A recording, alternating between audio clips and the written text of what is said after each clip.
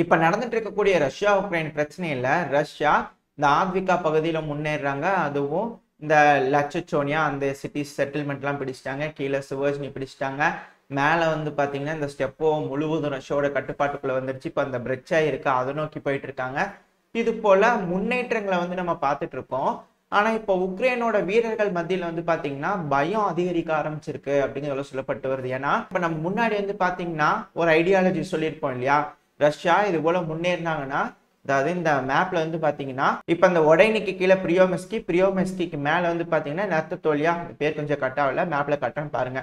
இப்ப அந்த இடத்துல பிடிச்சதுக்கு அப்புறம் மேல போவாங்க இந்த யாரோப்ரோஸ்கா, உமனாசேக்கு இது போல சொல்லியிருந்தோம் இல்லையா. ஆனா அது ஒரு ஆப்ஷன், அது வழியா மேல ரஷ்ய வீரர்கள் முன்னேறிவாங்க. பட் ஆனா இப்ப அதுக்கு கீழே இன்னொரு ஆப்ஷன் இருக்கு, அதுதான் மிகப்பெரிய ஆப்ஷனா இருக்கு. அதை நினைச்சு உக்ரைன் பயந்துகிட்டு இருக்காங்க. ஏன்னா இப்ப இந்த இடத்துல இந்த பிரியோமிஸ்கி, இந்த பிரெச்சா, இந்த இடத்துல எல்லாம் உக்ரைனோட வீரர்கள் முட்டு கொடுத்து போராடிட்டு இருக்கிறதுக்கு காரணம் செகண்ட் லைன் ஆஃப் டிஃபென்ஸ் வந்து அமைக்கணும். இன்ஜினியரிங் பிரிகேட் போகணும், ட்ரென்ச் தோடணும், ரெடி பண்ணணும், அதுக்கு சப்ளை லைன் ரெடி பண்ணணும், ஏகப்பட்ட விஷயங்கள்லாம் இருக்கு. ஃபால் ஆயிடுச்சு, அது ரொம்ப சீக்கிரமா ஃபால் ஆயிடுச்சு. அன்எக்ஸ்பெக்டடா ஆத்விகா ஃபால் ஆயிடுச்சு. செகண்ட் லைன் ஆஃப் டிஃபென்ஸை பார்த்தோம்னா அது ஆல்ரெடி உடையிற மாதிரி இருக்கு. இப்போ அந்த அதாவது ஆல்ரெடி யோசிச்சு செகண்ட் லைன் ஆஃப் டிஃபென்ஸ் வச்சிருக்காங்க. ஆனா இப்ப செகண்ட் லைன் ஆஃப் டிஃபென்ஸ் இவ்வளவு சீக்கிரம் விழுகும் அப்படின்னு எதிர்பார்க்கல. இப்ப செகண்ட் லைன் ஆஃப் டிஃபென்ஸை முடிச்சா தேர்ட் லைன் ஆஃப் டிஃபென்ஸுக்கு ரெடி பண்ணுமே அப்படிங்கிறது போல இருக்காங்க உக்ரைனோட வீரர்கள்.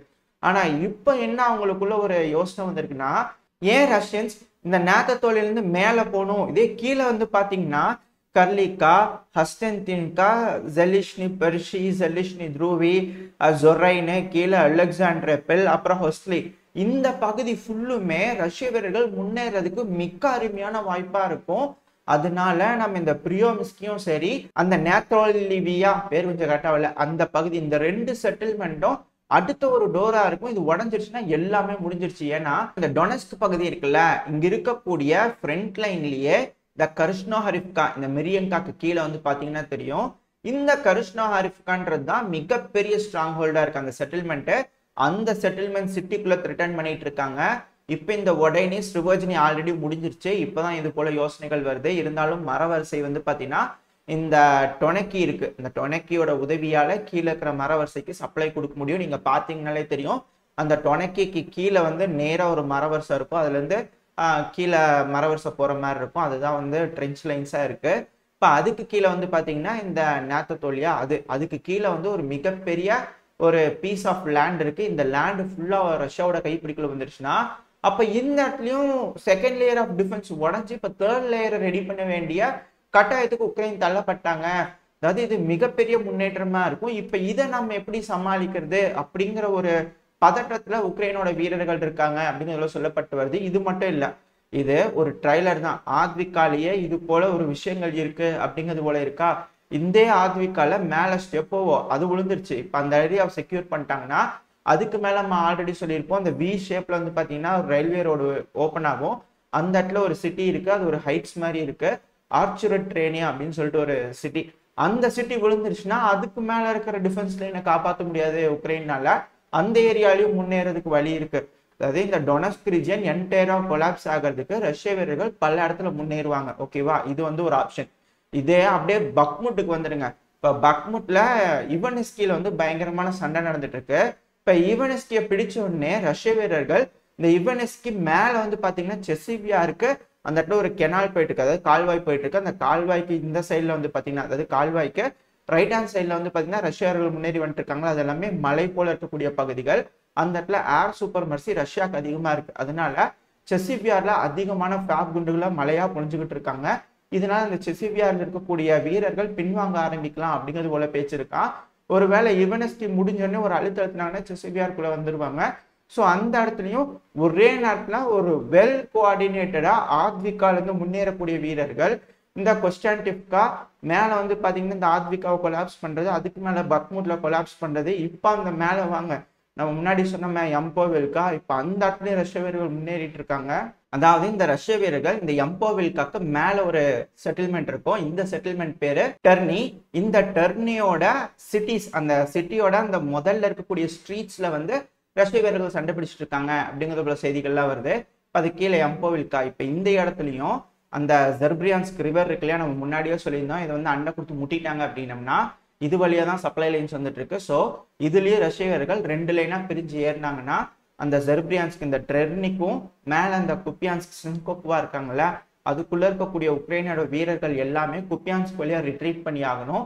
அப்படி ரிட்ரீட்டிங் ப்ராசஸ்ல ரஷ்யர்கள் முன்னேற ஆரம்பிச்சாங்கன்னா ஃப்ரெண்ட்லி ஃபயர்னால அதிகமான உயிரிழப்புகள் உக்ரைனுக்கு ஏற்படும் அப்படிங்கிறத சொல்றாங்க. ஏன்னா இதே ஸ்ட்ராட்டஜியா இந்த லாச்சச்சினாலையும் சரி சிவர்ஜினியும் சரி இந்த இடத்துல பயன்படுத்தினால தான் ரஷ்யா வேகமா முன்னேறி இருக்கிறாங்க. ஏன்னா அங்க இருக்கக்கூடிய உக்ரைனோட வீரர்களுக்கு என்ன செய்யறதுன்னு தெரியல. ஏன்னா பின்வாங்கி வந்துட்டு இருக்காங்க நம்ம வீரர்கள், அவங்களுக்கு பின்னாடி ரஷ்யன்ஸ் ஒடியாந்துட்டு இருக்காங்க. அந்த பின்வாங்கி வந்துட்டு இருக்க வீரர்களை சுட்டு இருக்காங்க ரஷ்யன்ஸ். இவங்க டிஃபெண்ட் பண்ணும் லேயரை, அதனால இவங்களும் வந்து சுட ஆரம்பிக்கிறாங்க. இதனால அதிகமான கேஷுவாலிட்டி உக்ரைனுக்கு ஏற்படுது அப்படிங்கிறாங்க.